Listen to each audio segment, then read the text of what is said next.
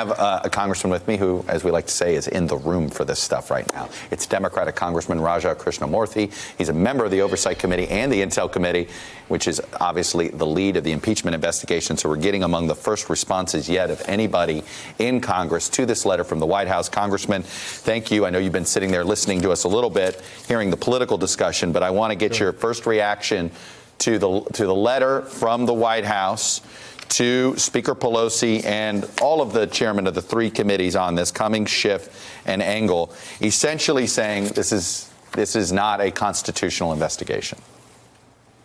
Well, as I think someone pointed out, there doesn't seem to be a legal argument for this letter. It seems to be a political letter, and I wouldn't be surprised if some parts of it are in all caps. But the point is that it appears that they're, again, trying to stonewall and delay. But I think that the difference in this inquiry compared to past investigations is that this type of behavior will constitute evidence of obstruction of the inquiry. And secondly, any blocked evidence or testimony will be viewed as an almost admission or corroboration of the whistleblower's complaint. The third point I want to say is just that I think that right now the White House might be getting something wrong, which is that I think the American people, public sentiment has changed significantly, and the American people want this inquiry to proceed, and they believe that something has seriously gone wrong. And so I think they want us to actually ferret out the facts and figure out exactly what's going on. And so if you're standing in the way of it, I think you're standing really opposite where the American people want to go right now. I know that legally you guys have the powers you need. There's a reason why you didn't have to do the vote to open an impeachment inquiry as the previous ones, because you gave yourself that subpoena power with the House rules changes at the start of this Congress. That's the legal explanation of why you don't need to. But let me ask you this. Why not call their bluff? They think you guys are afraid of doing this vote. Why not put everybody on the record on this? There's part of me that thinks what's wrong with the American public knowing where everybody stands on whether this deserves investigating or not? I think a lot of us have already gone on record on this, but I think the second point is that, quite frankly, I don't think anybody wants to receive their orders from the White House as to how they should be investigated. And right now, but Congressman, do you think the Republicans want to? How many of those House Republicans want to go on the record on this? I know quite a few of them do. You think they all do? I don't know, is a short answer. I would just point out one thing, which is right now, I think most people want to expeditiously conduct this inquiry because of one overriding issue, which is if the whistleblower complaints allegations are to be believed, there is an ongoing scheme today to basically exert pressure on the Ukrainian government's leaders, maybe even other governments, to basically meddle in our 2020 elections. And so we got to stop that right now. You obviously know Gordon Sondland was blocked from testifying. Yes. Ambassador Ivanovich is supposed to testify Friday. What's the likelihood you're going to see her? I don't know. Each time these depositions or hearings come up, sometimes we have to wait until the last minute to know whether they're going to show.